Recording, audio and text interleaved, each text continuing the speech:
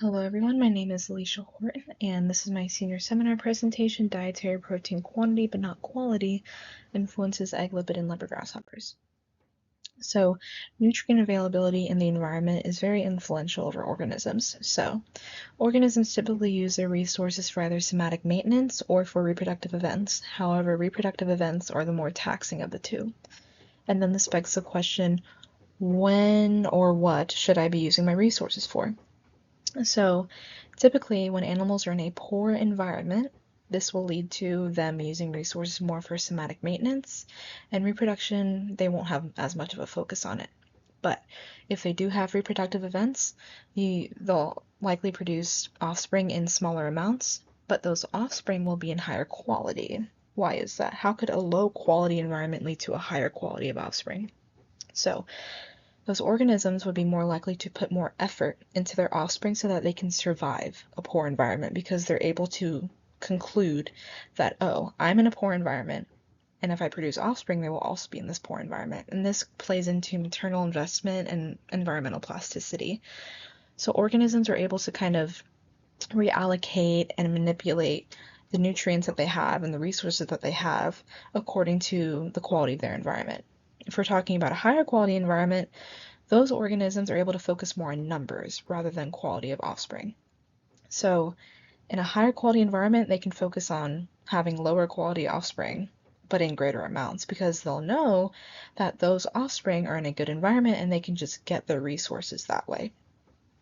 In a study done by Fisher et al. In 2010, they saw that offspring size has variability due to the quality of the environment. In that study, they saw that larger organisms and offspring were likely to be produced in a poor environment. The larger offspring were more likely to survive in a poor environment.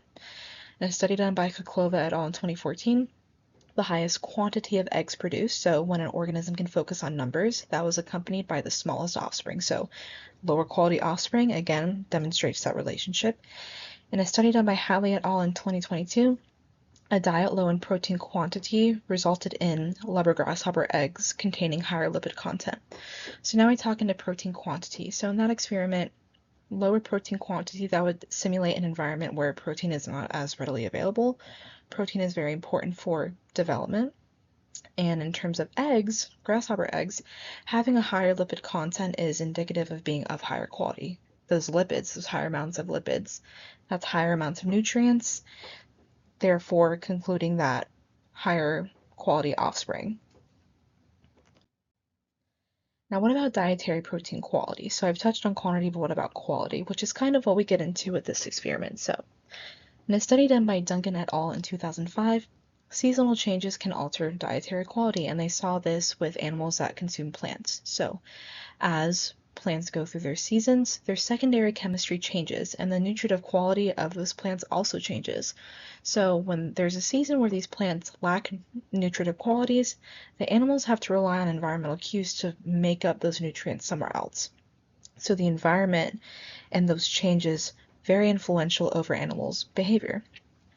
Then we look at a study done by Ma et al. In 2022. This looks at dietary protein quality, which is where we start to get into the amino acid ratios and the specifics of that. So when livestock, they looked at chickens and hogs, when they were fed a diet supplemented with amino acids, livestock had higher reproductive success and they yielded more lean muscle mass. So higher quality of diet led to a higher quality of life. Then we get into this experiment. So this experiment, we look at vitellogenin. The vitellogenin protein is the precursor to egg yolk protein. And the diets in the experiment, a high quality diet would be a diet that has amino acid ratios 100% matched to that. And in this experiment, there's the mid-quality diet where the amino acid ratios are only 50% matched. And if we look at this image made by Emma Kordek, we can see that there's free amino acids, they assemble, they form the vitellogenin protein, and then that plus lipid leads to growing oocytes, and then an oviposition episode occurs, grasshopper lays the eggs. So vitellogenin protein is very critical in this step-by-step process. And then just some preliminary data. It has been seen that quality of diet can impact reproduction. So with these diets, it was seen that the high quality diet led to a significant difference in terms of cumulative egg production between high quality and the mid quality diet. And then we have the negative control over here and the positive control here. The negative control is a diet that is low in quantity of protein.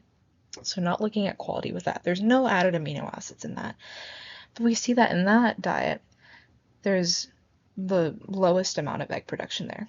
That is important to know for later. But if we go back to the qualities, we see that a decreased quality in diet decreased the egg production, the cumulative life egg production. Then we start to look at our predictions. So first prediction, the high quality protein diet being 100% matched to vitellogenin would show a reduction in the quality of eggs given that there was an increased quantity. So this looks at numbers versus quality of offspring. And then mid-quality protein diet, 50% matched, would show an increase in the quality of eggs given the decreased quantity. So the converse would be true. So with a mid-quality diet, because quality is decreased, there was a smaller amount of eggs produced, and therefore we think that there would be an increase in the quality of eggs because of that. And then this graph kind of just demonstrates the importance of essential amino acids. So this compares the high quality diet and the mid quality diet. And let's look at arginine, for example. So we see that the high quality diet, so being matched to vitellogenin, requires a high amount of arginine, but the mid quality diet doesn't have as much arginine. Let's say we're looking at a mid quality diet. Let's say we maintain the amount of arginine and we double the amount of the rest of the essential amino acids. What do we think would happen? Would more vitellogenin be made? What would happen? Nothing. Vitellogenin, it would not be made efficiently. If you don't have the exact amount of ratios that you need to make a protein, it's not going to happen. It doesn't matter if you double everything else. If that one thing that you need is lacking, it's not going to be made. And this is why balanced diets become important. Because if you have all these excessive amounts of amino acids, they're just going to be taking up space and they're not going to be utilized, and in the long run, that is not good for your health. So back to the grasshoppers. So looking at the treatment groups, like I've said, there is a 100% match to vitellogenin diet, 50% matched, and then there's the horse feed diet. There's no added amino acids there, and then the ad libitum lettuce group, so they could eat as much lettuce as they wanted to. And then these three diets, there is a supplemental 0.5 grams of lettuce because there's just some micronutrients that they have to have, and they can only have it through lettuce. And then in terms of collecting eggs, so once they were allowed to feed on these diets, a few times a week they were allotted times for oviposition episodes. So if they wanted to oviposit, they would probe. So they would stick their abdomen in the sand, and then this ovipositor right here, think of it as a four-pronged claw. So the abdomen would extend in the damp sand. That's what these cups were filled with. It would extend in the damp sand and then create space for the egg clutch to be inserted into the sand. And that ovipositor would kind of dig around to make that space. And then they would lay eggs.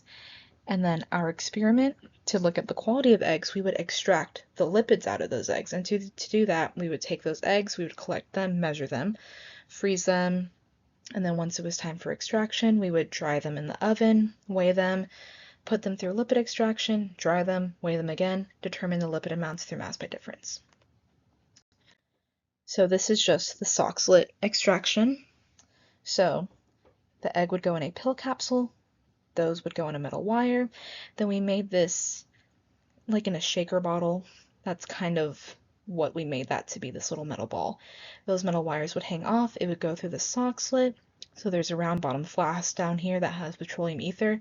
Round bottom flask would be filled with that. The eggs would be inserted here. We have the condenser here, then the thimble, and then the siphon. Eggs would go here. Petroleum ether would rise up with heat. It would be heated. And then right about here is when osmotic pressure would just suck the petroleum ether down with the lipid, and that's how the lipid was extracted. And each batch, this would happen for 72 hours. And this is what our actual Soxhlet apparatus looked like. So there's a metal ball, wires, eggs, petroleum ether would come up, at around here would get sucked back down, as you can see right there. Then results. So when just comparing mass, we saw that dietary protein quality didn't really alter the egg mass. And this wasn't too surprising because in both the Khokhlova study and then the Hatley study, they saw that egg mass wasn't really indicative of a higher quality offspring. The Khokhlova study specifically saw that, and then in the Hatley study specifically, their higher quality eggs were from eggs that weighed less than their higher quality group. So, higher quality eggs that came from the diet that was low in protein quantity, those eggs were high in quality because they found that there was 15% more fat and 12% more protein in them compared to eggs from the higher quality diet group. And the higher quality diet group, those eggs weighed more than the eggs from the low quantity protein group. So egg mass, not really surprising. But then we get into the lipid content. So we see that the diet low in protein quantity had eggs that were significantly higher in lipid compared to the other groups. And this makes sense if we think about the cumulative egg production graph.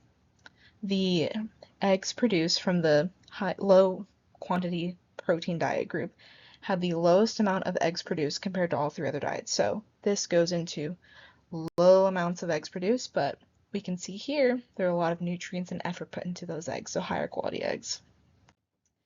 Just to summarize, a difference in egg mass was not seen between the groups.